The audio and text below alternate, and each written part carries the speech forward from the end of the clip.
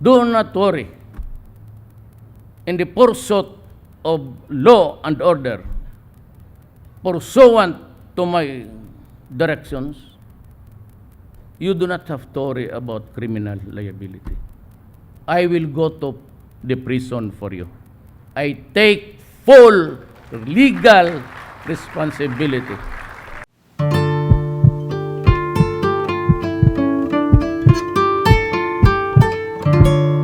It's quite vague to me now, but we had a full discussion of our national heroes. But one, I consider myself among the top, was the late Justice Jose Abad Santos. He was taken prisoner by a war then in our country, and it was in Malabang where he was made to swear to the allegiance of the flag of the opposite forces, the enemy. And he refused, and his son began to cry and said, "Father, why don't you just make a salute? It does not make any difference. There are no people here. We are in a prisoner's camp. And you can do it without losing honor, for you are under threat and under duress." You know, from the books that we were lectured on, his answer to his son was, "Son, do not do that to me, because not everyone is given a chance to die for his country. I may be insignificant in this country. I'm not a splendid politician, but how I wish I could hear from my son the same pleading, and how could I would have responded the way the Chief Justice said before he died." One of the heroes that I really, nobody or not everybody is given a chance to die for his country. I have been your president for just a few months, and I have tried my best to restore order in the country. It was really the order that was besetting us day in, day out. And because we have so many fronts to face. I was, before my inauguration, a man in a hurry. I wanted the peace talks to start at the very first year of my term. And I'm just a bit happy, but not so, that we have been able to establish a working relationship about peace with the Communist Party of the Philippines. I was informed by our representatives, Doresa and Belio, and here with the Secretary of Foreign Affairs, Junyasay, that everything is going smoothly, and we might hear some definite results in the coming months before December. I pray to God that it will continue as peacefully as we have hoped for, and I hope that I would also have the same success. We have established the modality of the talks, and I would like to salute Murad of the MILF and Noor Miswari for expressing his intention to join us, maybe in one place or different settings. Whatever it is good for me as long as we talk. So now, we have a lull in the three fronts that we really have been fighting ever since. We're talking with the communists now, maybe establish a modus vivendi somewhere with the EMI and MN, and let's begin to talk about peace. I really appreciate all the men and women connected with this enterprise, and I hope someday the Philippines would realize a nation really in peace and everything in order. But there are many things also that places us at the disadvantage now. Things that would create disorder and disturb the peace. We have a drug crisis that some of our fellow citizens consider just a police problem, and even went to the extent that it is an ailment, and that because it's an ailment, the punitive action of the police should not take place. I am sorry for my country, but there are citizens really that fall short of grasping a situation here. 2 years ago, PDEA, which was then under General Santiago, came up with a horrifying statistics that there are 3 million Filipinos addicted to shabu, the meth. And in the ensuing months, when I took over, we had a fairly good and accurate count. Some of them undergoing the urine test to test positive, and they numbered 600,000. Now, if you add that to the earlier prediction of PDEA, add it a little bit of growth at a very liberal and conservative increase, incremental increase of something like 700,000. So you have 3,700,000 Filipinos who are addicted to meth.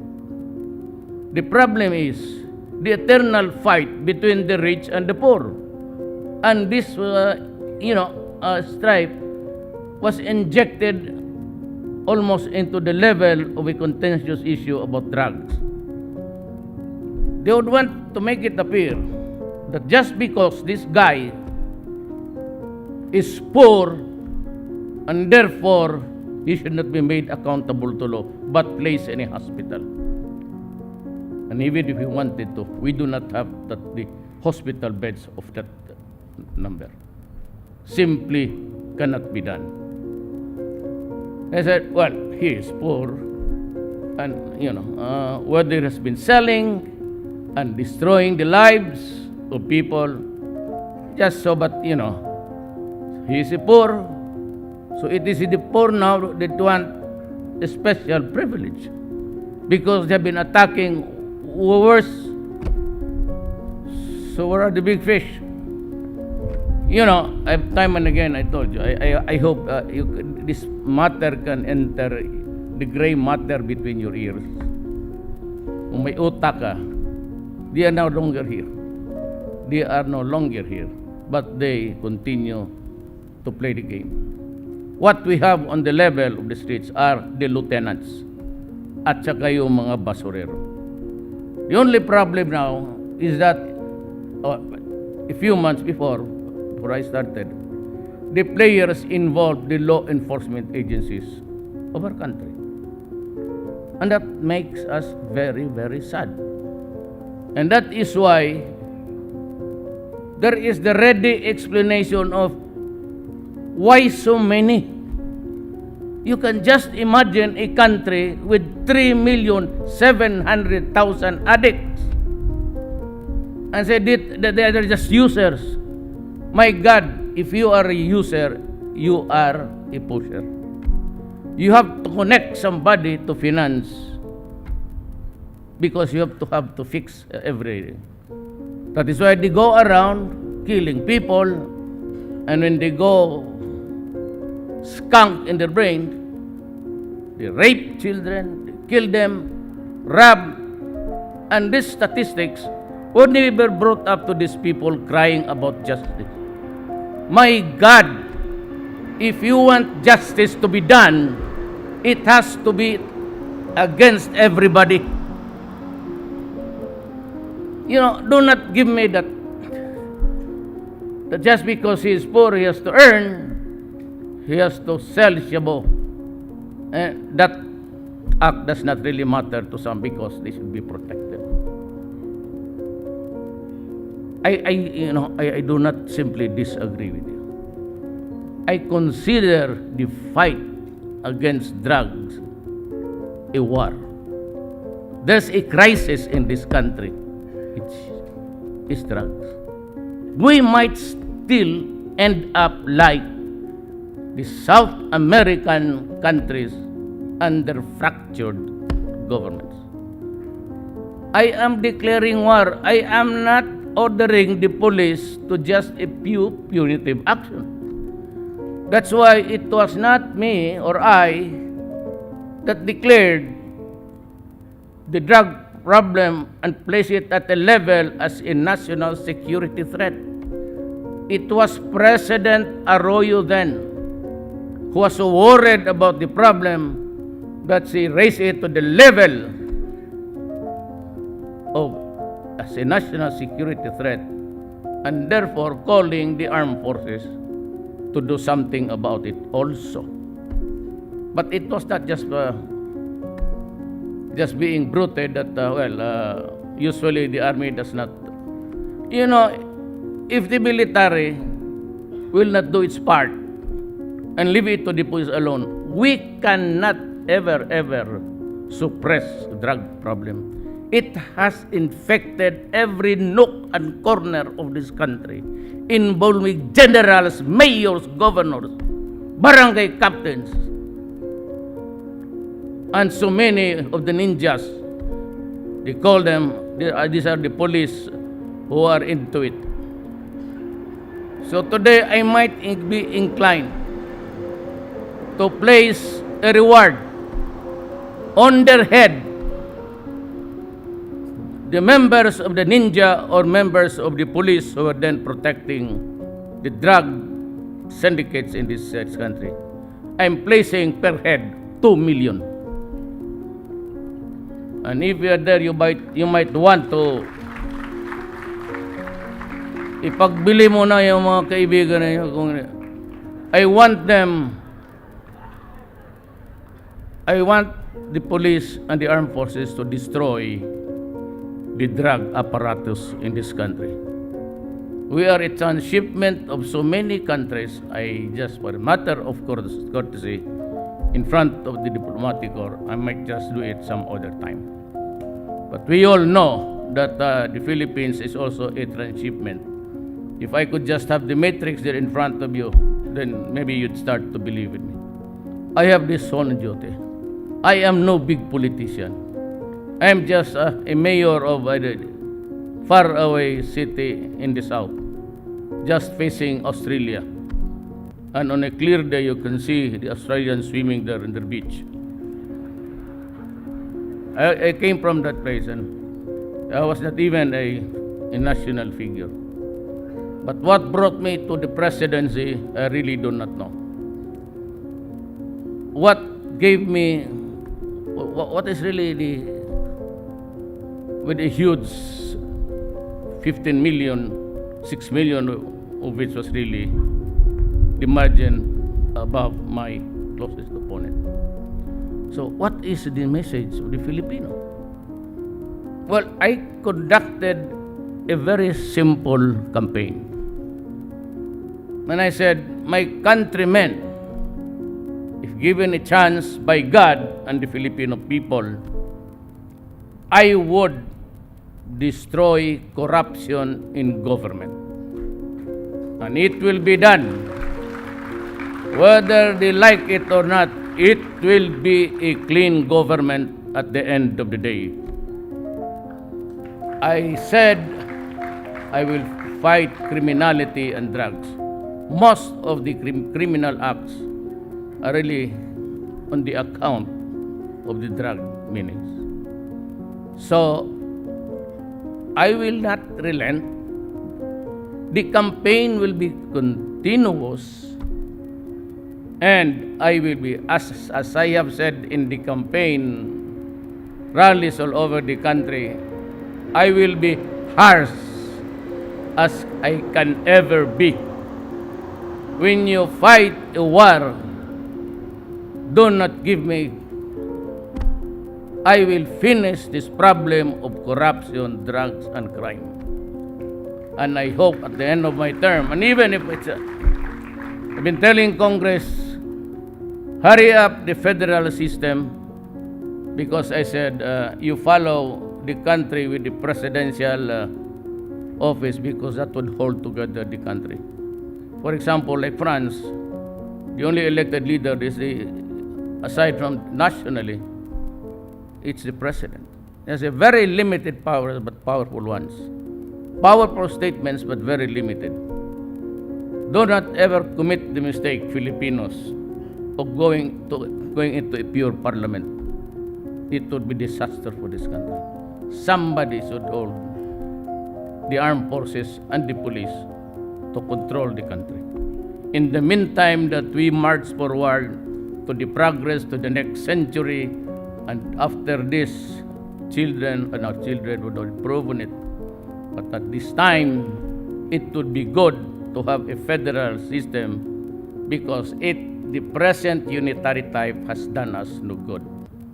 It is an unfair thing. It's the same office, Malacanang. That's why I do not say Malacanang. I just say the People's Palace. Sometimes they call it Malacanang.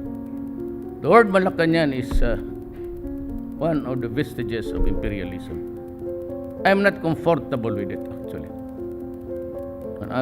And I should understand when I say I do not ever mention Malacanang. I just say it's a People's Palace. It is the People's Palace, actually. Ayaw kong gamitin yung. So, I do not want to take much of your time. I dedicate again in front the brave Filipino soldiers who died for us, and we continue to honor them.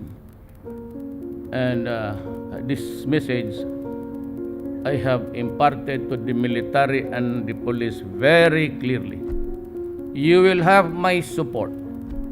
You will have all the things that you need to fight criminals. Do not worry. In the pursuit of law and order, pursuant to my directions, you do not have to worry about criminal liability. I will go to the prison for you. I take full legal responsibility. You just do it according to the books. There will always witnesses, and if you have the witnesses on your side at the time, it might be okay. If there is none, and you are already pressed down, then do not worry. Just call my name, and I will be there to protect you.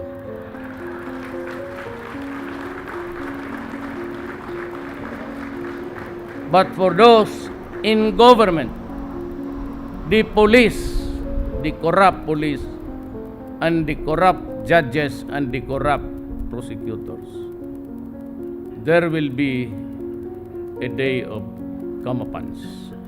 There will always be a day of reckoning. I hope, I said, we do not want violence. Nobody does. We cannot build a country over the bones of our own citizens. But my God, maybe far and wide in the history of this country, you might not really be meeting someone next time or at all. The kind of mindset that I have.